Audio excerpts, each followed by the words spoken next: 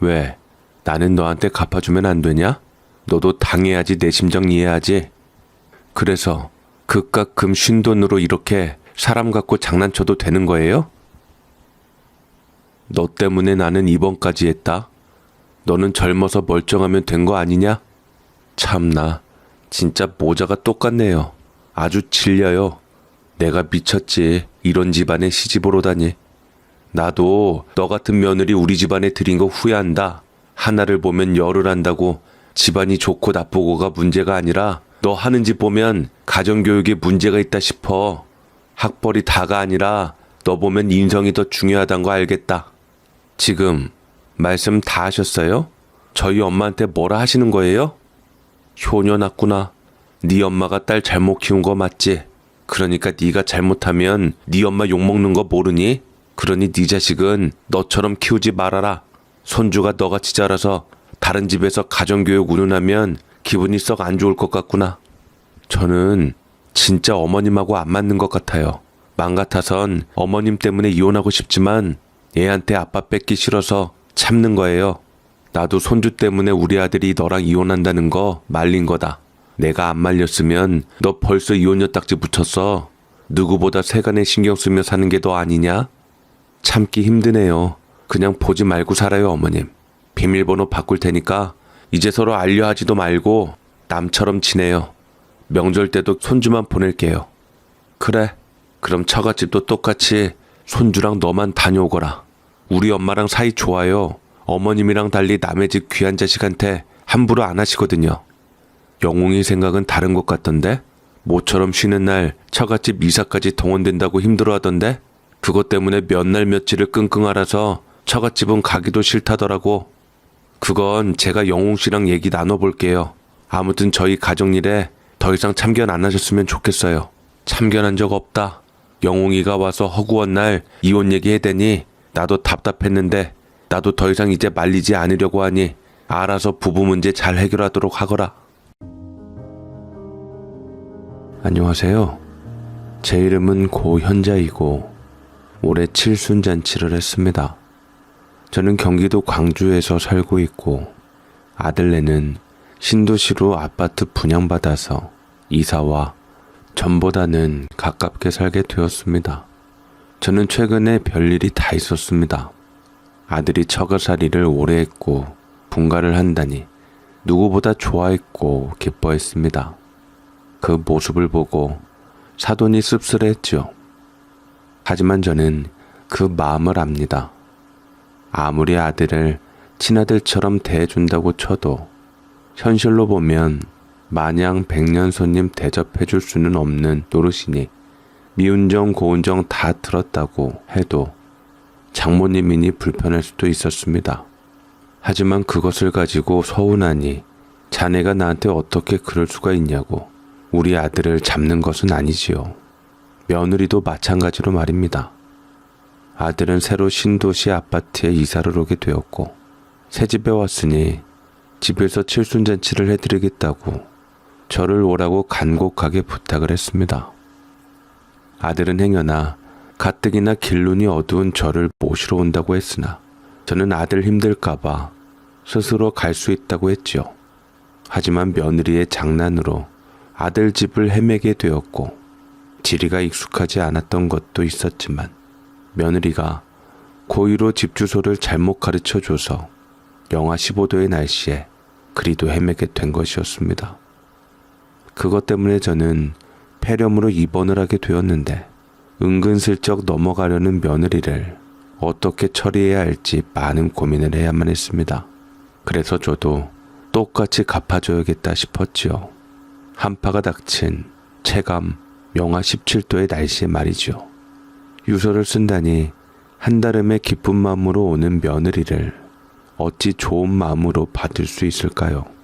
제가 이런 며느리에게 어떻게 골탕을 먹였는지 제 통쾌한 사이다 같은 사연을 들려드리겠습니다. 저는 젊은 시절 서울 인근 한 시골에서 살았습니다.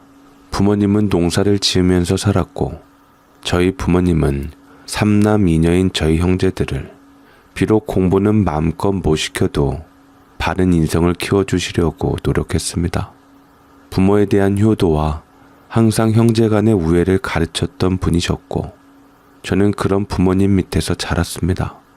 그리고 때가 되어 선자리에서 저와 비슷한 환경에서 자란 남편을 만나 결혼을 하게 되었습니다.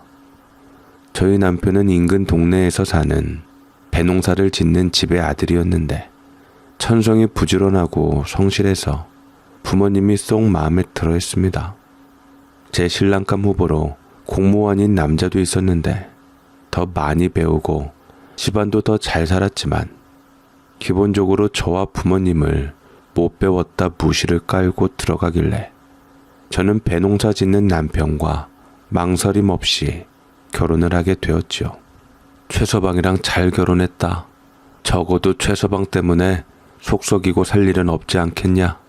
콩깍지가 씌우는 것은 잠깐이나 그걸 벗겨내면 이제 사람 대 사람으로 맞춰서 살아야 할 텐데 맞지 않으면 가정을 유지하기가 쉽지 않을 것이다. 과연 결혼을 하고 나니 아버지의 말이 맞았습니다. 처음부터 콩깍지가 씌울 정도로 열렬하게 사랑한 것은 아니었으나 그래도 어느 정도 그 사람에 대한 마음이 있는 상태로 결혼을 했습니다. 하지만 살아가면서 결혼 생활이 생각보다 녹록지 않다는 것을 알게 된 후부터 남편의 마음 씀씀이와 성미를 보고 살아갔고 남편도 사치 부리지 않고 검소하게 아이들을 잘 키우는 제 모습으로 우리는 결혼 생활을 유지했습니다. 그런 저를 시부모님도 좋게 보셨고 당시 그 흔한 시집살이 없이 며느리를 아들의 동반자로 여기며 잘 대해주시고 존중을 해주셨습니다. 저는 주변에 있는 모든 사람들이 상식과 대화가 통하는 사람들이었기에 크게 어려움이 없다 생각했고 의외로 많은 사람들이 이러한 환경에서 살지 않는다는 것에 놀라기도 했습니다. 옆집 순이네가 살았는데 순이 엄마는 늘 남편과 시댁 때문에 속을 썩고 살았고 동네 사람들만 모이면 자기 얼굴에 침 뱉기를 감수하고 남편과 시댁 욕을 달고 살았습니다. 동네 사람들도 그 얘기가 나오면 다들 공감하고는 했습니다. 허나 저는 그것이 이해가 되지를 않았습니다. 그래도 맞춰주는 수밖에는 없었지요. 자기 남편 욕, 시댁 욕 하는데 저 혼자 남편 시댁 좋다고 말할 수는 없었으니 말이에요. 남편과 제 사이에는 자식이 둘이 있었습니다. 아들 둘이 있었는데 큰아들 이름은 최영우였고 둘째 아들 이름은 최영웅이었습니다. 이렇게 큰아들이랑 작은아들을 낳아 애지중지 사랑 주며 길렀지요. 그래도 어른이 되면 자식들과 거리를 두겠노라고 자식들을 존중해 주겠노라고 항상 남편과 약속을 해왔습니다. 저와 남편은 진심으로 그것이 자식들을 위한 것이라 생각했습니다. 대학생이 되었는데도 아직은 걱정되었고 물가에 내놓은 어린아이 같았지만 조금씩 떠나보낼 마음의 준비를 해야만 했습니다. 큰아들은 결혼을 하지 않고 워낙 자유롭게 돌아다니는 것을 좋아했고 교환학생을 시작으로 대학을 졸업하자마자 해외에서 여행사 가이드를 하고 있습니다. 가끔 올라오는 사진을 보니 여자 사진이 있는 걸로 봐서 꾸준히 애인은 있는 것 같아서 저는 이제나 저제나 결혼을 바랬습니다만 한번 자유를 맛본 아들이 책임이 따른 결혼을 할 리 만무했습니다. 반면 작은 아들은 일찍이 결혼을 했습니다. 대학 다니면서 공무원 시험을 준비하다가 자기 길이 아니라 판단을 하고 취업을 하기로 마음을 먹었죠. 그러다가 근처 편의점에서 아르바이트를 하는 며느리에게 한눈에 반했습니다. 며느리가 새초롬하고 예쁘기도 하고 도도한 매력을 가져서 그 근처 대학생들이 많이 좋아했다고 합니다. 더군다나 아들과 같은 대학교를 다니고 있었던 터라 이 학생은 선망의 대상이었지요. 아들도 며느리의 마음을 얻으려고 많은 노력을 했지만 며느리는 쉬이 마음을 허락하지 않았는데 결정적으로 아들이 며느리 마음을 얻는 계기가 생겨났다고 합니다. 편의점에 그전부터 며느리를 줄기차게 따라다니는 사람이 있었는데 며느리가 무서워하니 아들이 와서 그 사람과 주먹 다짐을 했고 영광의 훈장 같은 상처를 얻고서 며느리가 마음을 허락했다고 하더라고요. 며느리는 참으로 아들의 마음을 흔들어 놓았고 아들은 며느리한테 푹 빠져 단번에 결혼을 결정하게 되었습니다. 불과 만난 지 반년이 채 안 되었을 때였지요. 그리고 아들은 대학교를 졸업하자마자 취업을 했고 며느리와 결혼을 하고자 제 앞에 데려왔습니다. 저는 첫째 아들이 결혼 안 한다고 부모 앞에서 당당하게 선포한 뒤 외국만 돌아다니는 것을 보고 착잡하기만 했었는데 작은 아들은 대학을 졸업하고 취업하자마자 바로 결혼을 하겠다고 하니 저는 마음이 좋아서 얼른 데려오라고 했지요. 아들의 마음이 바뀔까봐 걱정도 되었습니다. 하지만 며느리를 보자마자 저는 제 생각했던 며느리의 상이 아니었기에 당황스럽기는 했습니다. 보통 며느리가 시댁에 온다 하면 집에 올 때 뭘 사들고 오거나 할 텐데 며느리는 빈손으로 왔습니다. 아들과 만나서 올 줄 알았는데 며느리가 좀 늦어서 나중에 온다 해서 불편할까봐 걱정했는데 며느리는 자기 집 오듯 편한 운동복 차림으로 왔던 것이었지요. 미안해 자기, 내가 일이 생각보다 좀 늦게 끝나서 지금 왔어. 빨리 서두르다 보니 뭘 사오는 것을 깜빡했네. 그래도 빈손으로 오면 어떡해. 돈 없다 해서 내가 카드까지 줬는데. 어우 진짜 병음료라도 사와야지. 아니다 영웅아, 괜찮아요. 그럴 수도 있지. 이름이 장소희라고 했나? 음식을 좀 차려놨는데 입에 맞는지 모르겠네요. 일단 들어와요. 제 말에는 대답을 안 한 채 안으로 들어왔고 방금 밖에서 왔는데 손도 씻지 않은 채 바로 식탁에 앉았습니다. 남편도 표정이 좋지 않았습니다. 시어머니와 시아버지는 엄연히 다른 존재인데 저한테는 그래도 목 인사라도 했지만 시아버지는 그런 것도 없었지요. 낯설어서 그런 것 치고는 며느리는 편안해 보였고 오히려 신경을 안 쓰는 것 같다는 말이 더 어울렸습니다. 며느리에게 콩깍지 씌운 아들이라 웬만하면 며느리 편을 들 텐데 아들이 보기에도 이건 좀 아니었던지 화장실에서 손 씻는 김에 같이 가자고 했습니다. 남편이 표정이 안 좋기에 저는 도리어 며느리 편을 들었지요.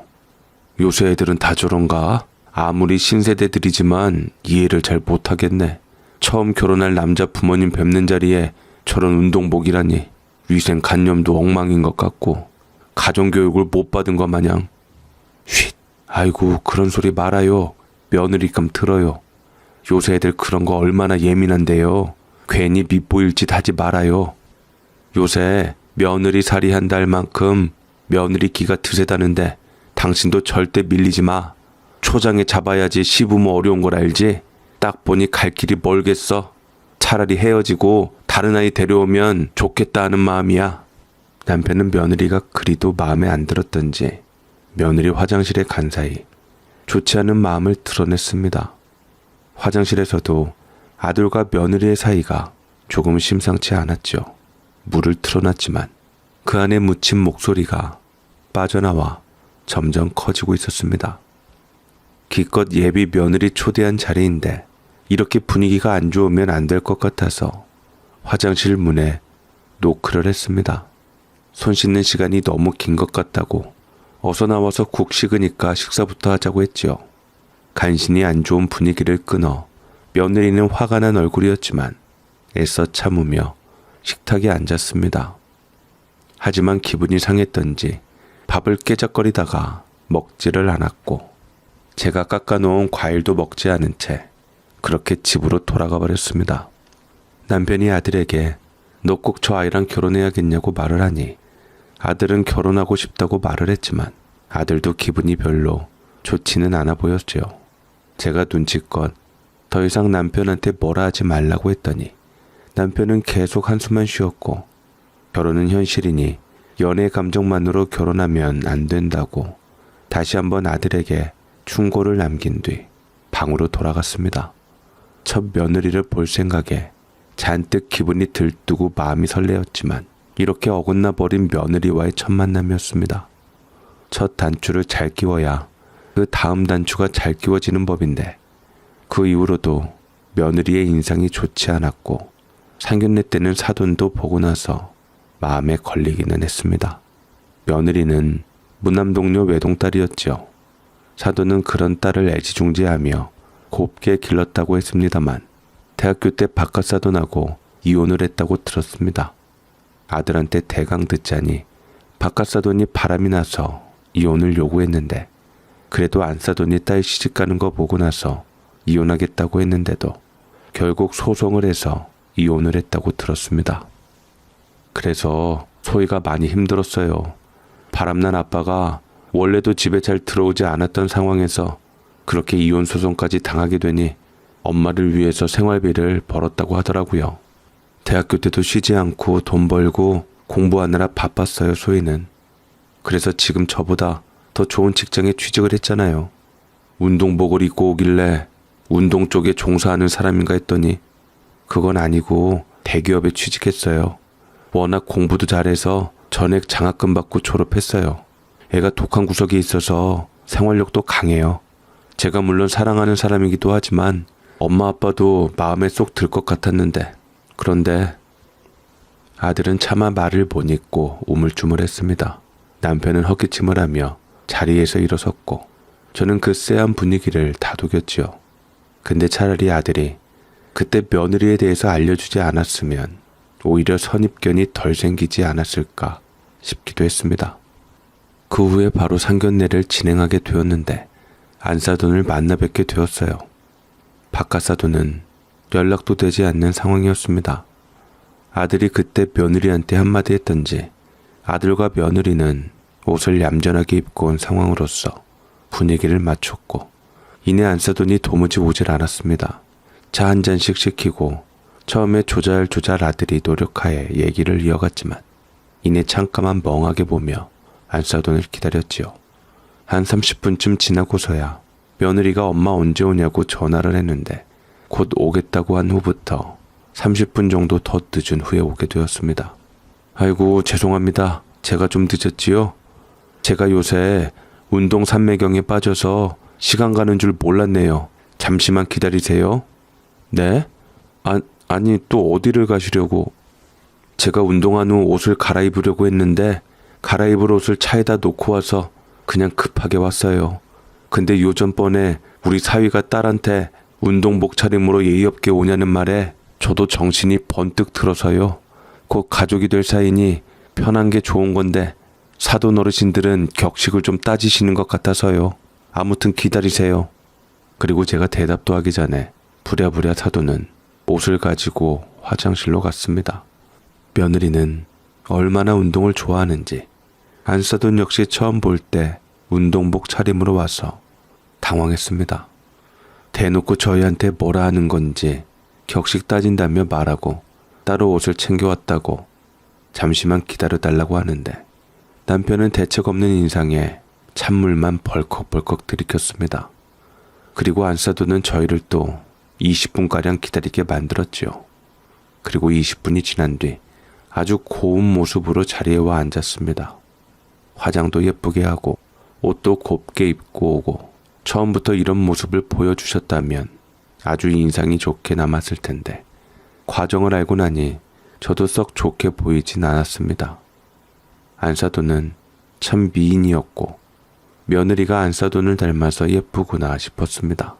하지만 결혼의 외모보다 더 중요한 것은 집안 대 집안이 잘 들어맞는 것도 중요했는데 아들과 며느리랑 맞는 것과는 다르게 집안이 맞을 것 같지는 않았습니다. 안사돈은 수다스러운 사람이었고 밝은 매력이 넘치는 사람이었습니다. 우울하고 처지는 것보다는 그래도 밝은 사람이 좋았기 때문에 아들도 안사돈을 좋아한다고 했죠. 그래서 말인데 하면서 안사돈은 말을 꺼냈습니다. 저 애들 결혼하면 살 거처에 관해서 말씀을 드리고 싶은데 제가 외로움도 많이 타고 무서움도 많이 타는 편이라서요. 혹시 괜찮으면 사위를 제가 데리고 살기에는 좀 그럴까요? 네? 글쎄요. 그건 우리 영웅이한테 말을 해야 할 것 같은데 사위한테는 진작에 말을 하긴 했습니다만 그러자 아들이 어쩔 줄 모르며 당황하다 이내 저와 남편에게 말했습니다. 장모님께서 지금 사시는 댁이 33평이시라서 혼자 사시기엔 무섭다고 하시더라고요. 집 마련하는 것도 만만찮으니 차라리 장모님이랑 당분간만 같이 살면 어떻겠냐고 하셔서. 저희 아들은 이미 제가 집을 하나 마련을 해준 것이 있습니다. 이제 새 빠지면 그쪽으로 아들 신혼집으로 해줄 생각이었습니다. 남편은 거두절미하고 딱 잘라서 선을 긋고는 아들이 장모님과 같이 합가하는 것을 반대했습니다. 참 안사도는 어느 의미에서 보면 대단하기도 했습니다. 요새는 아들이고 딸이고 다 같이 사는 것에 대해 그리 좋아하는 편이 아니고 지들끼리 나가서 아웅다웅 알콩달콩 사는 것을 더 좋아하잖아요. 그런데 굳이 안사도는 우리 아들을 데리고 살고 싶어 했습니다. 집이 마련되었다니 사위가 능력이 있네요. 부모님께서도 많이 지원해 주시고요. 그럼 어차피 그건 아드님을 준 집이니 거기에 월세를 받게 하고 꽁돈을 달달이 받는 것도 괜찮지 않나요? 저는 신혼답게 둘이만 살았으면 좋겠습니다. 요새는 우리 나이 때 애들 사이에 끼고 살면 눈치 없다고 욕먹는다고 합니다만 애들 나름이죠. 우리 딸이랑 사위는 저랑 같이 사는 게 더 좋다 했습니다. 둘이 맞벌이 하면서 제가 애도 봐주고 가정살림도 봐주면 얼마나 애들이 편하겠어요. 그리고 어른이랑 같이 살아야지 무서운 거 알고 둘이 2번 싸울 거 1번 싸우고 금술도 좋아질 거 아닙니까? 이미 안사도는 아들과 살기로 확정을 지어놓은 상황이었고 저희에게는 통보한 상황이었습니다. 아들도 사정에 밀려 저한테 이해해달라고 했죠. 아들이 그렇게 장모님과 같이 살겠다는데 저희도 별 도리는 없지요. 남편은 계속 안 된다 못 받고 싶어 했지만 또 안사돈 혼자 계시고 무섭다 하는데 굳이 또 아들이 괜찮다고 하는데도 떼어놓는 것은 아니라고 생각했던지 결국 허락하고 말았습니다. 대신 집은 저희가 갖고 있기로 했고 나중에 아들이 분가를 하면 저희가 내어주기로 했습니다. 신축 아파트인지라 깨끗하고 좋았기에 아들 내외한테 주고 싶었던 것인데 이미 결정이 났다면 어쩔 수 없었지요. 하지만 정작 그 집을 포기하고 안사도는 아들을 데리고 합가를 하고 싶어 해서 뜻대로 해주었지만 결혼을 하고서도 그 집의 근황에 대해서는 계속 묻고는 했다 합니다. 욕심이 하늘을 뻗치지요. 그 집을 주기로 했으면 줘야지 뭘 줬다 다시 뺏는 거냐고. 아들에게 내어주려던 아파트가 신축이고 마음에 들었던지 뒤늦게 다시 합가를 취소하고 아들 내외를 내보낸다 했지만 이미 전세 세입자가 들어왔기에 돌이킬 수는 없었습니다. 그래서 아들은 결혼을 한 후에 안사돈이랑 같이 살게 되었습니다. 안사돈네는 아들과 며느리 회사에서 가까운 장점은 있었습니다. 처음에는 아들도 좋다고 했어요. 회사도 가깝고 집안은 항상 깨끗하게 치워져 있고 밥도 잘 차려있으니 아내하고도 사이가 좋았고 여러모로 장모님과 모시고 사는 분위기는 좋았다고 했습니다. 하지만 몇 달이 지나면서부터 사돈은 조금씩 일을 밀리기 시작했습니다. 언제 한번 사돈이 그래도 아들 사는 집 찾아와야 하지 않겠냐고 먼저 저희에게 초대를 해주셨기에 저희는 남편과 함께 좋은 마음으로 바리바리 싸들고 갔습니다. 주말에는 약속이 있다 해서 금요일날 시간을 잡아서 가게 되었는데 하지만 정작 아들네 도착했는데도 저희를 맞아주는 사람이 없었지요. 아들 내외는 직장 생활을 했기에 이미 회사를 갔던 상황이라 어쩔 수 없다 치지만 정작 우리를 초대한 안사돈도 연락이 안 되었던 것이었습니다. 전화기가 고장난 거 아니냐고 남편이 그러는데 광주에서 서울까지 물론 아주 먼 거리는 아니었지만 대중교통이 험해서 서너 번 갈아타고 겨우 도착을 했는데 문이 닫혀 있으니 입이 바싹바싹 탔습니다. 아들 좋아하는 반찬들도 잔뜩 싸오고 했는데 말이죠. 아들과 며느리에게도 전화를 했더니 받질 않았고 그렇게 1시간 정도 기다리고 집으로 가야겠다 싶어 반찬 앞에 두고 가려 했습니다. 그때 안사돈이 부랴부랴 연락이 왔습니다. 어머 죄송해요. 운동하느라 못 봤어요. 제가 저번부터 운동 때문에 계속 사돈들에게 실례를 하는 것 같네요. 다음부터 약속을 하셨으면 알람이라도 맞춰놓으면 좋을 것 같아요. 이게 도대체 몇 번째입니까? 남편은 화가 많이 났던지 획 질러버렸고 안사돈은 전화기 너머로도 삐죽거리는 게 느껴졌고 이내 곧 가겠다고 하며 잠시만 기다리라 했습니다. 그리고 30분 정도 더 기다리고 나니 안사돈이 걸어오더라고요. 미안해요. 많이 기다리셨어요? 제가 초대해놓고 정신이 없어서 잊어버리고 있었어요. 어서 들어오세요.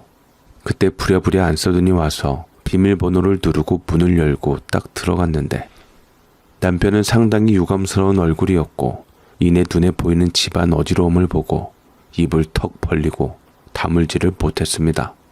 안사돈은 사돈들을 엄연히 초대한답시고 정말로 잊어버렸던지 문 안에 빨랫감이며 너저분하게 옷들이 늘어져 있었습니다. 그리고 부엌에는 아침을 먹다 남은 흔적들이 여기저기 음식물들이 흘러져 있었고 설거지도 산더미가 되어 있었습니다.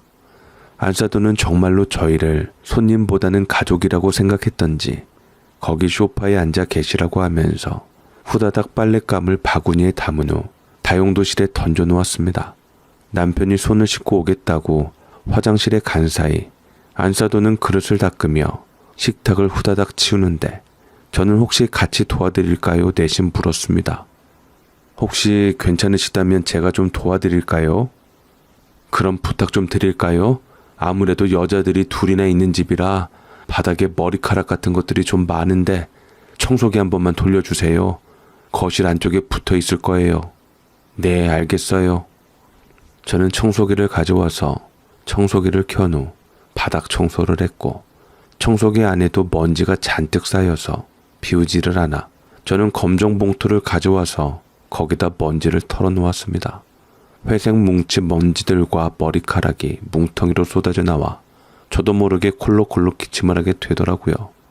거기다가 언제 꺼냈는지 모를 청소기 자체에도 먼지가 뽀얗게 쌓여 있고 액자 위나 창틀에도 머리카락이랑 먼지가 쌓여 있었습니다. 이런 먼지 구덩이에서 어떻게 살아가나 싶었어요. 분명 아들은 장모님께서 알아서 다 청소해 주시고 밥도 차려줘서 감사하다고 했는데 냉장고에 슬쩍 봐보니 죄다 밀키트며 인스턴트였습니다. 아이고, 원래는 제가 만들었었는데 제가 요리를 잘 못해서 잘 안 먹더라고요.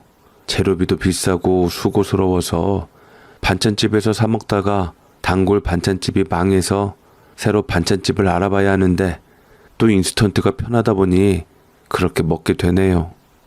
그쵸. 한번 사 먹게 되면 편한 것을 알게 되니 반찬 해먹기가 쉽지가 않지요. 그렇지요. 역시 제 마음을 알아주시는 건 사돈밖에 없다니까요. 딱 보니까 반찬 좀 가지고 오신 것 같은데 뭐 가지고 오셨어요? 안사돈은 반찬을 가져온 것이 마음에 들었던지 반찬 뚜껑을 열어봤는데 이내 인상을 찌푸렸습니다. 아이고, 이거 된장으로 고추 양념하셨나 보네. 꿀이 탄 냄새 때문에 나 이런 거 별로 안 좋아하는데. 아, 저희 아들이 좋아하는 반찬이라서요. 무생채랑 가지볶음이랑 싼 것들만 해오셨네요. 네? 이것도 사위가 좋아하는 것들이겠지요? 사위는 왜 이렇게 입맛이 싼지 모르겠네요. 좀 비싼 것 좀 좋아하면 우리들도 곁에서 먹었을 텐데 딸이랑 저는 워낙 입맛이 고급이라서요. 안사돈은 반찬을 툭툭 던지며 일단 쌓아놓았는데 저는 그것을 냉장고 안에 넣어 놓으려고 했지만 자기네 냉장고는 자기가 정리한다 그러길래 일단 놔뒀는데 저는 음식물 쓰레기 옆에 놔둔 게 꼭 버릴 것만 같아서 불안했습니다. 그리고 남편이 화장실에서 나왔고 너저분한 집안꼴을 보자 이내 저를 데리고 가자 했습니다. 이만 가보도록 하겠습니다. 실례했습니다. 그게 무슨 말씀이세요? 실례라니요. 제가 집 좀 치워놨어야 하는데 건망증이 제가 요새 심해져서. 아무래도 안사돈은 운동하시는 데만 집중하시지 마시고 치매 건강 살피는 것도 좀 좋으실 것 같습니다.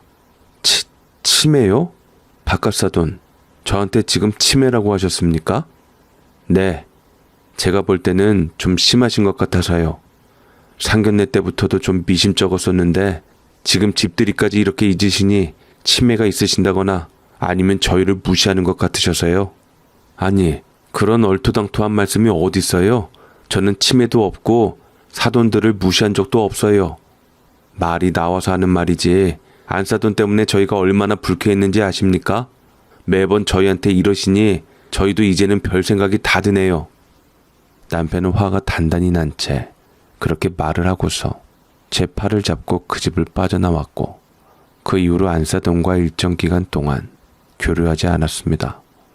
저희가 그렇게 돌아간 뒤에 아들이 전화가 왔고 남편이 받지 말라 해서 안 받았는데 솔직히 남편이 원망스러웠던 것도 있었습니다. 안사돈에 관해서 그냥 모른 척하면 될 것이고 꼭 굳이 이렇게까지 해야 하나 싶었지요. 사돈을 자주 보는 것도 아니고 친분이 있었던 것도 아니고 정말 그냥 깜빡깜빡했나 보다라고 생각할 수도 있는 거니까요. 그리고 이로 인해서 며느리도 저희 집에 대해서 반감을 갖고 있게 되었습니다. 안사돈이 며느리에게 무슨 말을 했으리라는 생각이 들었고 이에 제일 난감해지는 것은 바로 아들이라는 생각이 들어서 마음이 좋지를 않았습니다. 명절날에는 아들과 며느리가 오기는 했는데 며느리에게 저라도 잘해주려고 하고 있었지만 얼굴 멋입은 얼굴로 왔고 며느리도 자기의 감정을 잘 숨기지 못하는 아이였습니다. 그러자 그 모습을 본 남편도 성격이 있던지라 가만히 참지를 않았습니다. 너 그 뚱한 얼굴 좀 치우거라.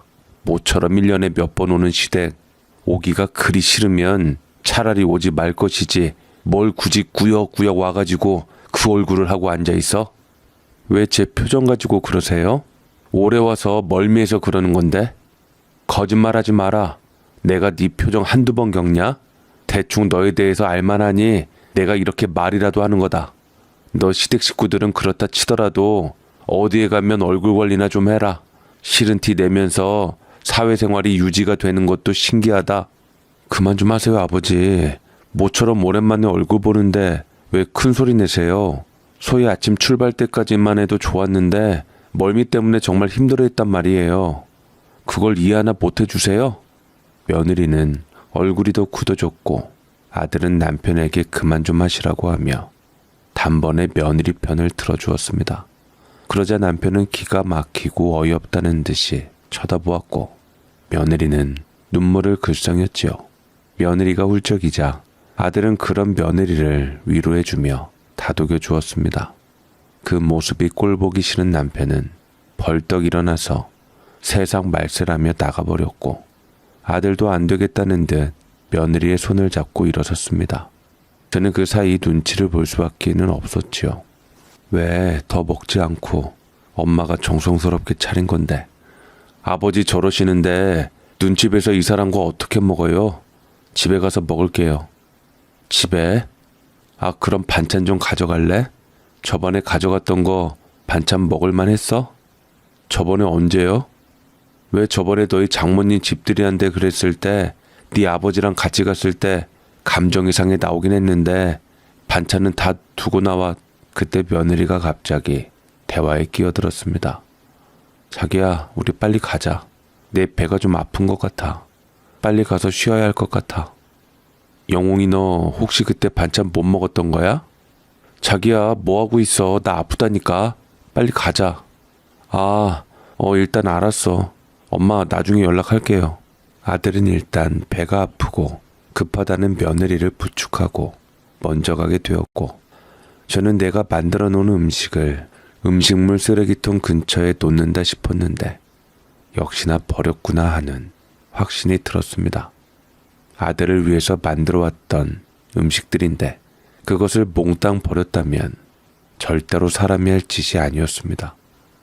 냉장고에 인스턴트 음식이 잔뜩 있는 것이 떠오르며 저는 너무 화가 나기도 하고 기분이 안 좋았습니다. 며느리가 필시 배가 아팠다는 것도 상황을 모면하기 위한 것 같았습니다.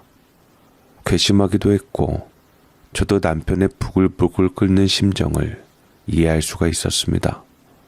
그 후에 아들한테 연락을 해봤더니 아들은 정작 지 집사람 편 듣느라 딴소리를 했습니다. 생각해보니까 엄마가 해준 반찬 먹은 것 같아요. 근데 제 입맛에 별로 안 맞더라고요. 다신 해서 보내지 마세요. 무슨 소리냐?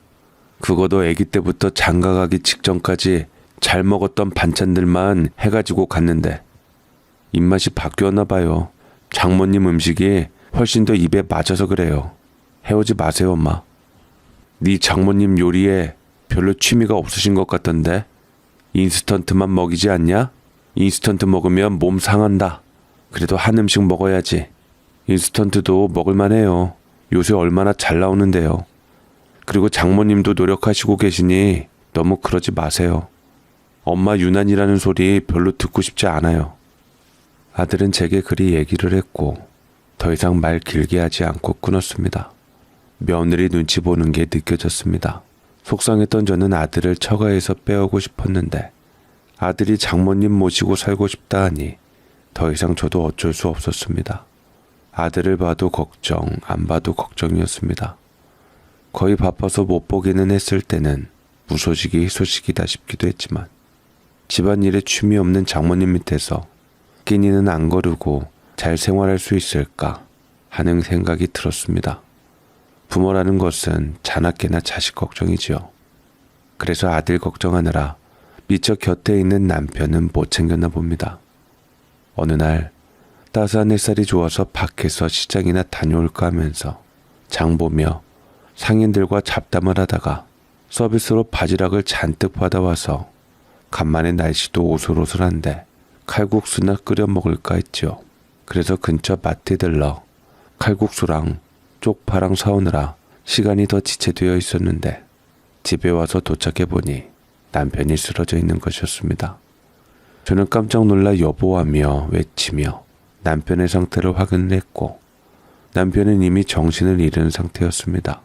손발이 후두루를 떨리며 저는 119를 불렀고 아들에게 바로 전화를 했습니다.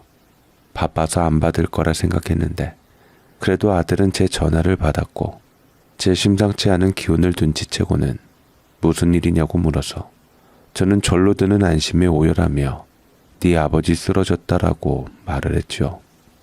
아들은 화들짝 놀라며 곧 가겠다고 했고 그 사이 구급차가 먼저 도착해서 아들에게 연락을 해서 병원으로 오라고 했습니다.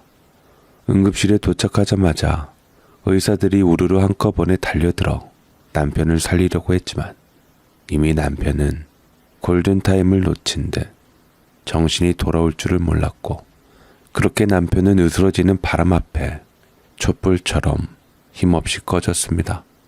저는 남편을 붙잡고 통곡을 하고 울었고 아들은 그런저를 챙기며 아버지의 죽음을 믿지 못하는 듯 했습니다. 장례식에서 저는 남편 앞에서 오열을 했어요.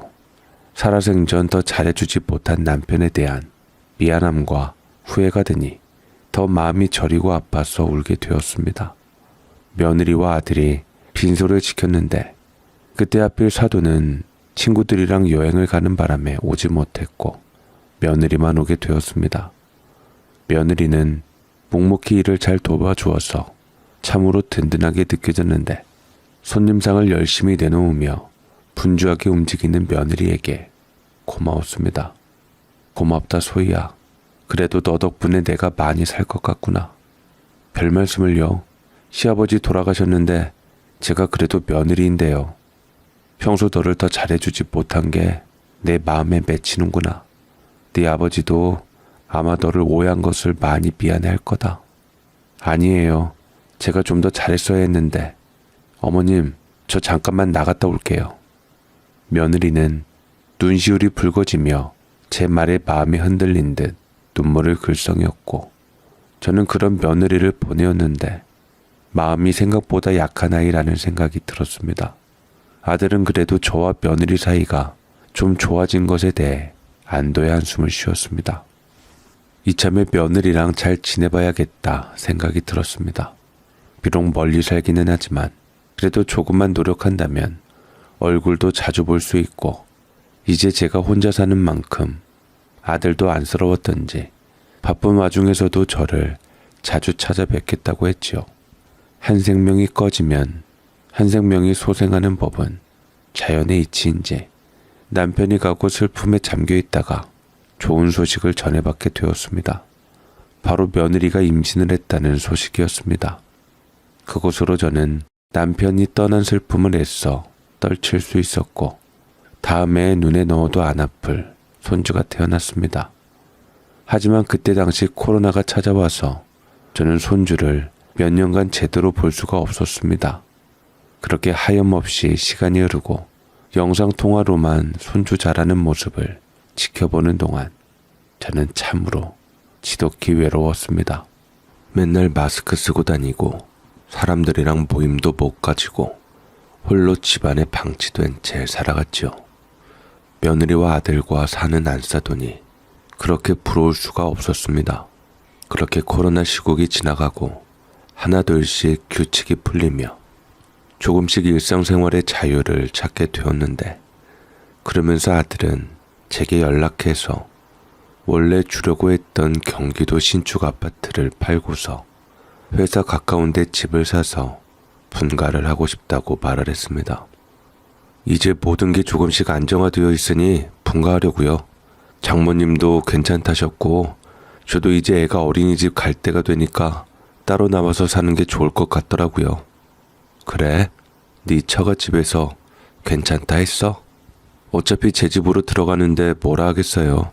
안 사람이 장모님 걱정이 좀 되는 모양이기는 했는데 그래도 제가 분가한다 하니 따라 나서더라고요. 너 며느리하고 잘 지내고 있는 거지? 무슨 일은 없고? 걱정 마세요, 엄마. 무슨 일이 있을 게 뭐가 있어요. 그냥 처갓집에서 몇 년 있었으니 분가에서도 살고 싶어 그러지요. 아들의 낌새가 어쩐지 찜찜하기는 했지만 그리 원하니 알겠다고 했습니다. 어차피 세입자의 만기가 돌아오기도 했고 그때 맞춰 집을 내놓기로 했죠. 근데 저렴하게 내놔서 그런지 생각보다 집이 빨리 나갔고 아들은 서울에 점 찍어줬던 집을 사서 이사를 하기로 했습니다. 돈을 더 보탠 신축이었지만 서울이니 어쩔 수 없었지요. 그리고 인테리어를 한번 가볍게 한 후 아들은 분가에서 들어왔습니다. 안사돈한테 분가하니 왜 이리 제 마음이 홀가분 했는지 모르겠습니다. 더 이상 안사돈의 그늘에서 제 아들이 살지 않기를 바라는 마음은 예전부터 있었습니다. 아들도 이사 온 게 좋았던지 기분 좋게 제게 연락을 해왔습니다. 엄마, 저희 집들이 언제 오실 거예요? 이제 맘 편히 오세요. 제가 책임지고 연탄해서 깨끗하게 엄마 모실게요. 내가 정말 가도 되겠냐? 혹시나 부담이 되면 다음에 불러도 되는데. 엄마가 아들 집에 오는 게 왜 부담인데요? 그렇게 생각 마시고 편히 오세요. 손주 처음 보시는 거잖아요. 참, 안사람이 집 주소 문자로 보내놓았다니까 확인해 보세요. 그래, 그때 보자꾸나. 아들은 제가 손주를 여태 못 봤던 것에 대해 마음을 아파하는 것만 같았습니다. 또한 아들은 예전에 안 쓰던 집에 집들이랍시고 갔을 때 집안이 어지러워져 있었던 것을 염두에 두고 말한 것 같았습니다. 생각해보니 그때 제가 반찬을 가져다 주었는데 반찬은 버렸는지 아들의 입으로 들어갔는지 의문으로 남았던 때였습니다. 저는 어쨌든 이번에 아들의 초대를 받고 가게 되었으니 저번처럼 바리바리 싸들지 않고 가기로 했습니다. 저도 반찬으로 인해 신경 쓰며 상처받고 싶지 않았고 아들에게도 부담 주고 싶지 않았기 때문에 말이지요. 저는 아들보다는 손주가 더 보고 싶은 마음에 보드러운 볼을 상상하며 가볍게 버스에 올랐습니다. 저는 그렇게 버스를 타고 아들 집으로 향했습니다. 그런데 가는 날이 장날이라고 따스한 햇볕이라도 들으면 좋을 텐데 매서운 강추위가 제 점퍼를 뚫고 안으로 파고드는 것 같았고 저는 목도리를 빙빙 둘러매며 덕곡 염이었죠. 자칫 감기라도 들면 몇 달간 고생이었기에 제 몸은 스스로 제가 보호해야만 했습니다. 너무나도 매서운 강추위에 몸을 웅크렸고 버스에서 그대로 잠이 들었습니다. 눈을 떠도 손자 생각, 감아도 손자 생각이 났기에 얼른 그 사랑스러운 것을 빨리 볼 상상에 젖어들었지요. 하지만 안타깝게도 제가 단잠에 빠져 있을 때 이미 제가 가야만 했던 목적지를 지나 있는 상태였습니다. 저는 부랴부랴 간소한 짐을 챙겨 버스에서 내렸고 건너편 정거장으로 가서 버스를 기다렸습니다. 날이 추워서 그런가 15분 정도를 더 기다렸던 것 같아요. 이 못난 제가 깜빡 잠이 들지만 않았어도 이런 고생을 하지 않았을 텐데 고생을 사소하는 기분이었지만 아들 집에 가려면 별 수 없었습니다. 드디어 버스가 도착했고 저는 다시금 돌아가는 버스에 힘겹게 올랐습니다. 저는 이번에는 졸지 않기 위해 버스에서 아들에게 전화를 걸었습니다. 영웅아, 나 네 집에 가고 있다. 조금만 기다려라. 어디에요? 제가 데리러 나갈까요? 아니다. 추운데 뭐하러. 도착하면 연락하마. 주소는 아까 애엄마가 보내놨대요. 모르시면 근처에서 택시 타세요. 엄마, 저 애 좀 봐야 해서요. 안사람이 장 보러 나갔거든요. 아, 그래. 일 봐라, 끊으마. 저는 모처럼 마음의 전화에 좀 더 통화를 하고 싶었지만 아들은 손주 때문인지 한두 마디 하고 전화를 끊었습니다. 또 누구한테 전화 통화할 사람이 있나 핸드폰을 만지작거렸지만 딱히 연락할 사람이 많지가 않았네요. 저는 다시금 원래 내리려던 곳에 내렸습니다. 날씨가 너무 추워 손이 꽁꽁 얼었지만 저는 택시 승강장이 아닌 지하철역 쪽으로 갔습니다. 얼마나 추운지 칼바람에 몸을 더 움츠렸고 지하철 계단이 행여 미끄러울까봐 한 걸음 한 걸음 내려왔습니다. 웬만하면 저는 택시를 타지 않았습니다.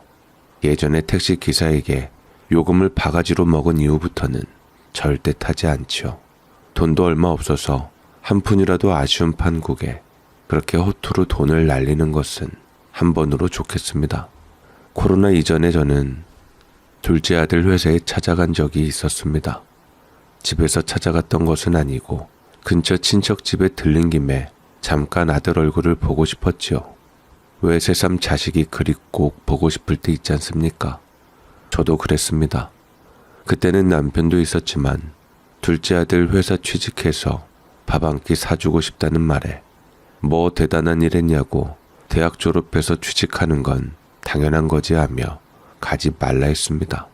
하지만 저는 어차피 근처인지라 들리고자 했고 뭐 별일 있겠냐 싶어서 알아서 아들 얼굴 보고 들어간다 했죠. 하지만 서울에서는 눈 깜짝할 새 코 베어간다더니만 인근 서울에 살아 알 만큼 안다고 생각해서 조심하느라 했는데도 코를 베이고 말았죠. 서울 지하철은 너무 복잡해 택시를 탔는데 그 택시는 노인 혼자 타서 얕봤던지 코앞에서 아주 대놓고 삥삥 돌아서 택시비가 원래 요금보다 거의 서너 배가 가까이 나왔습니다. 그래 놓고 갔어도 아들은 택시기사 탓이 아닌 제 탓을 했죠. 회식이 있어서 어차피 엄마랑 같이 밥 못 먹는다고 했고 저는 택시 타기가 무서워서 남편한테 전화를 걸었고 남편이 잔소리를 하며 저를 데리러 온 기억이 납니다. 핸드폰 시계를 보니 예전보다 일찍 도착했고 좀 더 아들 며느리와 보낼 시간이 많아졌다 싶어 부지런함에 잘했다 했습니다. 저는 휴대폰을 열어서 며느리가 보내온 주소를 보았고 길 가는 사람들을 붙잡고 어디로 가야 하는지 물었습니다. 날씨가 추워서 대충 보고 잘 모르겠다는 사람이 많았고 무슨 지도를 보고 가라는데 제가 그런 것을 할 수 있을 리 만무했죠. 스마트폰을 갖고 있는데도 써먹지를 못하니 이래서 배워야 한다는 말이 절로 나왔습니다. 저는 영무원에게 속편하게 그렇게 무사히 아들 집으로 가는 지하철을 다시 탔습니다. 나이 들면 쉬이 피로해지는 법인데 아침 일찍 나와서 돌아다니니 피로가 쌓였습니다. 저는 결국 지하철에서 다시 한번 잠이 들어 목적지를 지나쳤고 다행히 한 정거장만 지나쳐서 다시 갈아탔을 때는 자리에 앉지 않고 서서 있다가 내렸습니다. 저는 개찰구를 통과하고 며느리에게 전화를 걸었지만 며느리는 연락을 잘 받지 않았습니다. 이전에도 며느리에게 전화해서 통화하는 것은 하늘의 별 따기였습니다. 부재중 전화가 찍혀 있을 텐데도 다시 전화가 오는 일은 드물었죠. 저는 전화를 한 번 받지 않았기에 몇 번 더 해봤지만 받지 않았고 어쩔 수 없다 하며 내려놨습니다. 저는 지하철에서 내려 배가 고파 분식 파는 곳으로 갔습니다. 뜨끈한 오뎅이 김이 모락모락 나며 제 뱃속을 자극했지요. 사람들 호호 불며 오뎅을 먹고 있어 저도 오뎅 하나를 집어 호호 불면서 한 입 넣고 국물까지 함께 먹으니 땡땡한 몸이 녹아내리는 것 같았습니다. 그제서야 살 것 같았지요. 오뎅 하나 먹으니 모자라서 하나 더 먹었는데 아들과 며느리가 분식을 좋아하는 것이 떠올라 떡볶이랑 오뎅이랑 순대까지 싸가지고 가기로 했습니다. 유독 순대 오소리 감투를 좋아했던 아들이라서 오소리 감투 좀 많이 썰어주세요 하니 지하철 상인은 대꾸도 안 하고 의무적으로 저울을 달아서 중량을 잰 다음 저한테 주었습니다. 양이 정말 한 줌도 채 안 되더라고요. 떡볶이도 마찬가지였고요. 오뎅도 먹고 나니 하나에 1,200원씩이나였는데 5개 포장해서 떡볶이 순대랑 합치니 2만 원 가까이 후딱 나가니 정말 10,000원 가지고 쓸 게 없단 말이 나왔습니다. 꽤 오랜 시간 분식집에서 머물렀는데도 이때까지도 며느리에게 따로 연락이 오지 않았습니다. 저는 이 근처라고 생각해 길 가던 사람들에게 물어 드디어 며느리가 알려준 주소로 아들네 집이라고 생각한 곳에 도착했습니다. 저는 한 번 더 며느리한테 전화를 걸었고 받지 않았기에 아들에게도 했더니만 아들도 안 받는 건 마찬가지여서 참 통화하기 힘들다 한숨을 내쉬는 사이 어느새 도착했습니다. 오뎅 국물이 따뜻해서 붙잡고 손을 녹이면서 저는 며느리가 알려준 아파트로 다시 물어물어 갔고 거의 다 왔을 때쯤 저는 인근 가게에 들러서 병 음료수라도 샀습니다. 아무것도 챙겨오지 못한 것이 마음에 걸렸는데 어쩌다 보니 분식이랑 병 음료만 사가지고 가게 되었죠. 몇 동을 겨우겨우 찾아 헤맸고 이제야 도착했다 싶었을 때 며느리에게 연락이 왔던 것이었죠. 어머니 혹시 도착하셨어요? 그래 거의 다 왔다. 근데 배를 누르니 아무도 없는 것 같구나. 날씨 추운데 아직 집에 안 들어갔니? 입이 얼어버려서 말도 제대로 나오지를 않았습니다. 호호 입김을 불며 정확하게 말하려고 애썼지만 추운 날씨 앞에는 무용지물이었죠. 며느리가 다시 말했습니다.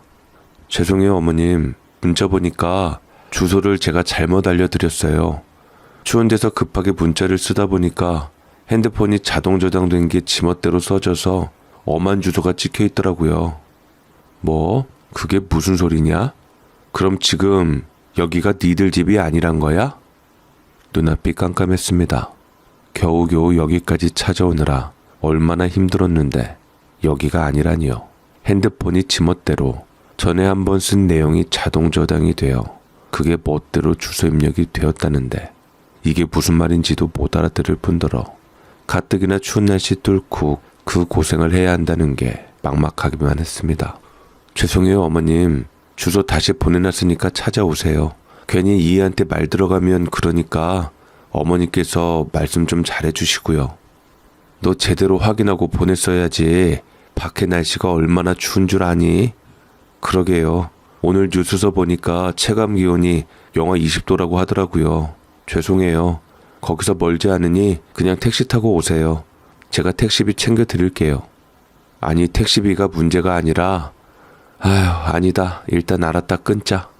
저도 모르게 조금 화가 난 목소리로 며느리에게 말했습니다. 며느리 또한 자기의 실수에 차갑게 반응하는 제가 또 마음에 들지 않는 듯 했습니다. 바로 전화를 끊어버렸지요. 나중에 알고 보니 며느리는 저에게 고의적으로 다른 주소를 알려줬던 것이었습니다. 친정엄마가 그 전날까지 주무시고 가셨는데 아들이 저를 집들이에 초대한다고 하니 이에 앙심을 품은 것이었죠. 안 싸던 오지랖이라면 더 있을 줄만 알았건만 웬일인지 눈치껏 그냥 가겠다고 해서 그게 마음이 안 좋았던 며느리였나 봅니다. 아들한테 뿔이 났던 것을 엄한 제게 풀어버리고 또 그것이 마음에 걸려 아들에게 허튼 말하지 말라고 얘기까지 하니 며느리 행동이 그야말로 가관이었습니다. 새로 알려준 주소는 원래 집에서 멀지 않는다는 거리였다지만 그래도 1시간 정도는 되었습니다. 결국 저는 택시를 타고자 마음먹어서 택시를 계속 잡으려고 기다리고 손도 흔들고 했는데 유독 택시가 다 안 잡혔고 지나가는 택시는 핸드폰으로 다 예약한 택시들이라 번번이 다 지나가니 추운데 살을 내는 칼바람에 이제는 발까지 얼어버렸습니다. 그렇게 30분 정도 택시를 잡으려고 서 있는데 마침내 드디어 운 좋게 택시를 한 대 잡게 되었고 저는 좀 잘 가달라고 좋게 말을 했죠. 이번 택시기사는 좀 젊은 사람이었는데 말은 없지만 정직하게 운전을 잘하는 듯 했습니다. 1시간여의 거리를 45분 만에 도착했죠. 그래도 택시비는 상당히 나왔습니다. 저는 돈 3만 얼마를 쥐어주고 내렸습니다. 그렇게 생각보다 일찍 도착한 저는 드디어 아들 집에 도착했고 따뜻했던 분식들은 다 식고 있었습니다. 잘 찾아오셨네요. 며느리의 잘 찾아오셨네요 라는 말이 비웃듯 느껴졌습니다. 아들은 왜 이리 늦으셨냐며 말하면서 외투를 받아 걸어놓고 제 손을 잡았는데 얼마나 추웠던지 아들의 따뜻한 체온의 감각이 느껴지는 데는 한참이 걸렸습니다. 여기 택시비 35,000원 나왔다. 네가 잘못 알려준 거니까 챙겨주거라. 그게 무슨 소리야? 집사람이 잘못 알려주다니? 뭘 잘못 알려줘? 며느리는 당황한 듯 지갑에 있던 4만 원을 저에게 건네었고 저는 며느리에게 고운 시선이 가지 않은 채 말했습니다. 며느리가 집 주소를 잘못 가르쳐 줬더라고. 1시간이나 더 고생했다. 뭐?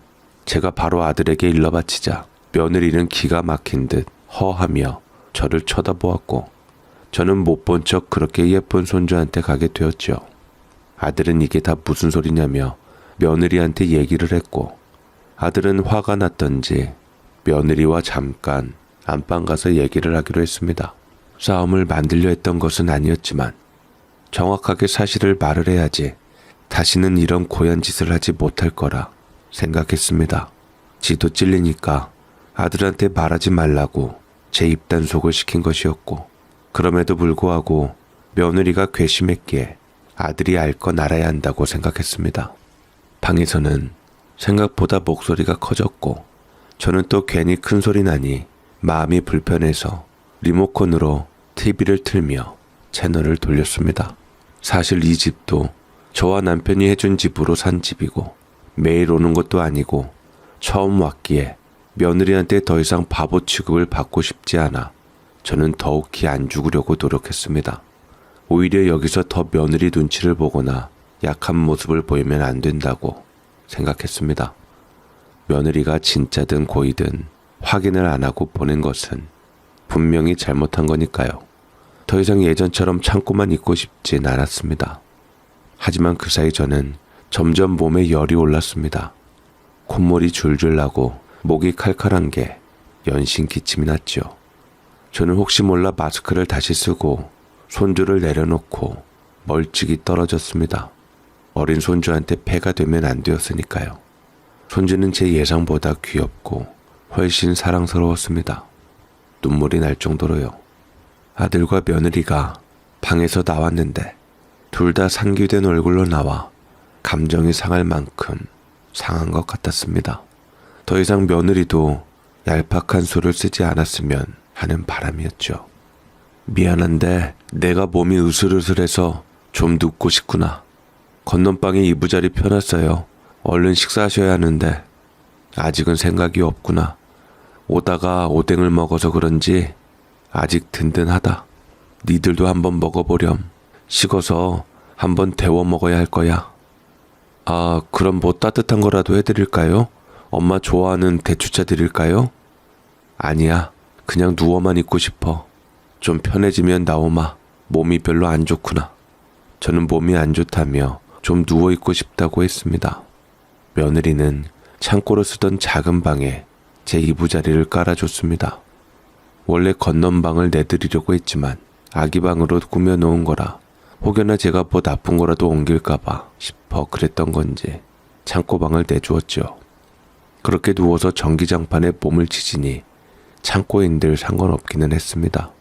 머리가 어질어질했고 기운이 쭉 빠졌는데 그렇게 잠이 스르륵 들었을 때 얼마 있다가 아들이 저를 깨웠습니다. 엄마, 괜찮아요? 세상에 열이 40도예요. 얼른 일어나세요. 같이 병원 가요.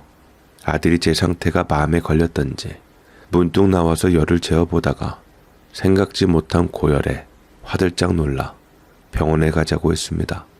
저는 밖에 몸이 부서질 것 같은 추위를 이 몸 상태로 견딜 자신이 없었기에 괜찮다고 푹 자면 나아질 거라고 얘기를 했지만 아들은 답답한 소리 말라며 화를 내면서 저를 붙들고 빨리 병원에 가고자 했습니다. 몸이 후끈후끈 불덩이 같았습니다. 끝내 아들의 성화에 저는 아들네와 돈독한 시간을 보내는 대신 병원으로 향해야 했고 저는 며느리를 원망했습니다. 제대로 된 주소만 잘 알려줬어도 몸이 이러지 않았을 것이라 생각했습니다. 저는 끝내 폐렴으로 번져서 병원에 입원을 하게 되었고 아들 내외는 병원비를 고스란히 짊어지게 되었습니다. 며느리도 아무 말 하지 못했지요. 저는 아들네 집 대신 병원에 며칠 신세를 져야만 했고 그나마 아직 다 낫지 않았는데 병원비 때문에 며느리가 눈치를 줘서 집으로 돌아가게 되었습니다. 퇴원 수속을 하고 있을 때 아들이 원무과에 수납하러 갔을 때 며느리는 밖에서 통화를 했는데 그것이 안까지 다 새어나오는 줄은 모르고 있었나 봅니다. 안사돈이랑 통화하는 것 같았지요. 하여간 진상이야. 남편이 괜히 시어머니랑 한 약속 때문에 엄마 쫓겨나듯 가게 되어서 내가 속상해서 골탕 한번 먹였더니 아주 병원비가 100 넘게 깨졌어. 시어머니 때문에 열올라서 나까지 아플 것 같다니까. 아니, 그냥 내가 실수한 것 좀 남편한테 말하지 말아달라고 부탁까지 했는데 오자마자 도끼 눈을 뜨면서 남편한테 내가 집 주소 잘못 가르쳐줬다고 얘기하는 거야. 내가 얼마나 당황했던지. 보통은 부부싸움 할까봐 없는 말 지어가며 붙여놓는데 시어머니는 일부러 부부싸움을 부추기더라니까. 암튼 그것 때문에 남편 열받아서 나한테 난리치고 언제부터 그렇게 효자가 되었는지 모르겠어 정말. 확 이혼하고 싶을 적이 한두 번이 아니라니까. 애만 없었어도 당장 이혼하는 건데. 그럼 시어머니도 안 봐도 되잖아. 제가 뭐 찾아오면 얼마나 찾아오고 연락했으면 얼마나 연락했다고 저렇게 병원복도 한가운데서 생각 없이 떠드는 건지 모르겠습니다. 그만큼 화가 났다는 것을 알리려 하는 머리를 쓰는 건지 저 또한 며느리 말을 듣고서 아들이 참 힘들게 살았구나 싶었습니다. 애시당초 처음 우리 집에 올 때부터 운동복을 입고 온 며느리를 예사로 보면 안 되었었는데 그 엄마를 보면 딸을 알 수 있다고 안사돈의 허튼 모습을 볼 때마다 며느리도 똑 닮았을 거라고 그 엄마의 그 딸이라는 것을 알아야 했는데 저는 아들을 며느리와 결혼을 시킨 것을 후회했습니다. 남편이 새삼 떠올라 울음이 복받쳤지요. 며느리는 전화를 끊고 오면서 저랑 마주쳤고 제가 들었든 안 들었든 신경 쓰지 않았는데 저는 며느리에게 이 일을 반드시 후회해 주겠노라고 다짐했습니다. 그렇게 병원을 퇴원하고서 저는 집으로 돌아가게 되었습니다. 병원에서 모신 것을 집안에서 푹 쉬니 다행히 몸은 좀 한결 나아진 것 같았습니다. 저는 몇 개월 있다가 잊을만 할 때 아들 내외를 집으로 불러들였습니다. 여전히 추웠지만 그날 제가 아들네 집에 찾아갈 때보다 날씨가 풀렸기에 상대적으로 조금이나마 낫다 느껴졌지만 대신 그날은 폭설이 쏟아졌습니다. 저는 며느리에게 전화를 했습니다. 소희야, 내가 요전번에 니들한테 신세진 게 있어서 뭘 해야 할까 싶다가 집에 금덩이가 좀 있더구나. 언젠가 요긴하게 쓰겠지 싶어 묵혀두었는데 그걸 마침 니들한테 줄까 싶다. 한 쉰돈 되려나? 금값도 마침 오르고 있고 그걸 마침 니들한테 줄까 싶다. 정말요? 어머니 너무 감사해요. 그렇잖아도 저희 애 키우면서 이래저래 많이 부족한 것이 있었는데 이렇게 챙겨주실 줄 몰랐어요. 내 것이 다 누구 것이겠니? 니들 것이지. 지금은 이것밖에 못해줘서 미안하구나. 아니에요. 별 말씀을요. 저희 이번 주에 찾아뵐까요? 이번 주에 약속이 있는데 혹시 괜찮으면 오늘 올 수 있겠니? 저는 며느리의 말에 넌지시 말했고 며느리는 기꺼이 온다고 했습니다. 아들은 평일인 만큼 직장에 근무가 있었고 손주는 어린이집에 가 있었습니다.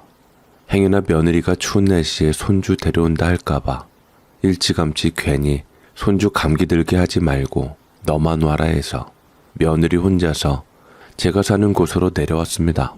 참으로 오랜만에 오는 거라 며느리는 저에게 다시 주소를 물어봤고 저는 며느리에게 주소를 하나 찍어줬습니다. 며느리가 운전을 할 수는 있었으나 집에 차가 한 대만 있으니 아들이 그것을 끌고 나갔기에 별 수 없이 며느리는 제가 왔던 것처럼 지하철이랑 버스를 타고 와야만 했죠. 그리고서도 한참을 걸어야만 했는데 생각보다 늦어진 탓에 해가 기울었고 이내 곧 며느리에게 전화가 걸려왔습니다. 그리고 며느리가 그랬듯 저도 전화를 받지 않았죠. 저도 있는데 없는 척 한번 해봤습니다. 계속 벨소리가 울리다 비밀번호 누르는 소리가 났는데 아마도 아들이 알려준 모양이지만 그것을 바꾼 지가 언젠데요. 저는 비밀번호도 바꿀 줄 모르는 사람인 줄 알았나 봅니다. 그렇게 며느리는 돌아가고 말았고 버스 시간표를 모르는 며느리는 하염없이 오돌오돌 떨면서 기다리다가 택시도 안 잡히는 탓에 결국 아들을 불러서 데려가게 했고 온 김에 저희 집에 들르자 했지만 며느리가 치를 떨어서 결국 자기 집으로 돌아가게 되었습니다. 그리고 몸을 회복한 저는 아들하고 말을 해서 다시 한번 아들네 집을 가게 되었습니다. 며느리가 아프니 손주를 돌보러 말이죠. 그러자 며느리가 제게 소리를 지르며 지금 여기가 어딘데 오셨냐고 감정을 먼저 드러냈기에 저는 기죽지 않고 똑똑히 말했습니다. 왜? 나는 너한테 갚아주면 안 되냐? 너도 당해야지 내 심정 이해하지? 그래서 그깟 금 쉰 돈으로 이렇게 사람 갖고 장난쳐도 되는 거예요? 너 때문에 나는 입원까지 했다. 너는 젊어서 멀쩡하면 된 거 아니냐? 참나, 진짜 모자가 똑같네요. 아주 질려요. 내가 미쳤지. 이런 집안에 시집을 오다니. 나도 너 같은 며느리 우리 집안에 들인 거 후회한다. 하나를 보면 열을 한다고 집안이 좋고 나쁘고가 문제가 아니라 너 하는 짓 보면 가정교육에 문제가 있다 싶어. 학벌이 다가 아니라 너 보면 인성이 더 중요하단 거 알겠다. 지금 말씀 다 하셨어요? 저희 엄마한테 뭐라 하시는 거예요? 효녀 났구나. 네 엄마가 딸 잘못 키운 거 맞지? 그러니까 네가 잘못하면 네 엄마 욕먹는 거 모르니? 그러니 네 자식은 너처럼 키우지 말아라. 손주가 너같이 자라서 다른 집에서 가정교육 운운하면 기분이 썩 안 좋을 것 같구나. 저는 진짜 어머님하고 안 맞는 것 같아요. 맘 같아선 어머님 때문에 이혼하고 싶지만 애한테 아빠 뺏기 싫어서 참는 거예요. 나도 손주 때문에 우리 아들이 너랑 이혼한다는 거 말린 거다. 내가 안 말렸으면 너 벌써 이혼녀 딱지 붙였어. 누구보다 세간에 신경 쓰며 사는 게 너 아니냐? 참기 힘드네요. 그냥 보지 말고 살아요, 어머님. 비밀번호 바꿀 테니까 이제 서로 알려하지도 말고 남처럼 지내요. 명절 때도 손주만 보낼게요. 그래, 그럼 처갓집도 똑같이 손주랑 너만 다녀오거라. 우리 엄마랑 사이 좋아요. 어머님이랑 달리 남의 집 귀한 자식한테 함부로 안 하시거든요. 영웅이 생각은 다른 것 같던데? 모처럼 쉬는 날 처갓집 이사까지 동원된다고 힘들어하던데? 그것 때문에 몇 날 며칠을 끙끙 앓아서 처갓집은 가기도 싫다더라고. 그건 제가 영웅 씨랑 얘기 나눠볼게요. 아무튼 저희 가정일에 더 이상 참견 안 하셨으면 좋겠어요. 참견한 적 없다. 영웅이가 와서 허구한 날 이혼 얘기해대니 나도 답답했는데 나도 더 이상 이제 말리지 않으려고 하니 알아서 부부 문제 잘 해결하도록 하거라. 하지만 아들도 그동안 처갓집에서 살면서 맺힌 것도 많고 부인으로 인해서 실망한 것도 많았던지 제 편을 들며 다시 한번 우리 어머니께 그러면 용서 않겠다고 그리 말을 하고 그렇지 않으면 이혼할 수밖에 없다며 든든하게 제 편을 들어주었습니다. 결국 이혼하기 싫었던 며느리는 그냥 참고 살 수 없었지요. 지가 어떡하겠어요. 아들이 든든하게 제 편을 들어주고 중심을 잡으니 며느리도 저한테 더 이상 함부로 대할 수 없었고 며느리가 할 수 있는 것은 시den티를 내거나 손주를 안 보여준다거나 하려 했지만 그때마다 아들이 이혼하자고 덤벼드니 저한테 더 이상 함부로 할 수 없게 되었습니다. 며느리의 옳지 못한 행동에 대해 아들이 딱 중심을 잡으니 더 이상 저와 며느리 갈등도 점차 사라지게 되었고 여전히 뜨뜻미지근하게 살고 있지만 며느리하고 서는 딱 이 정도가 좋다 싶습니다. 하늘에 있는 저희 남편도 이제야 제 야무짐을 보고 마음이 놓일 것 같네요. 제 사연 읽어주셔서 감사드립니다.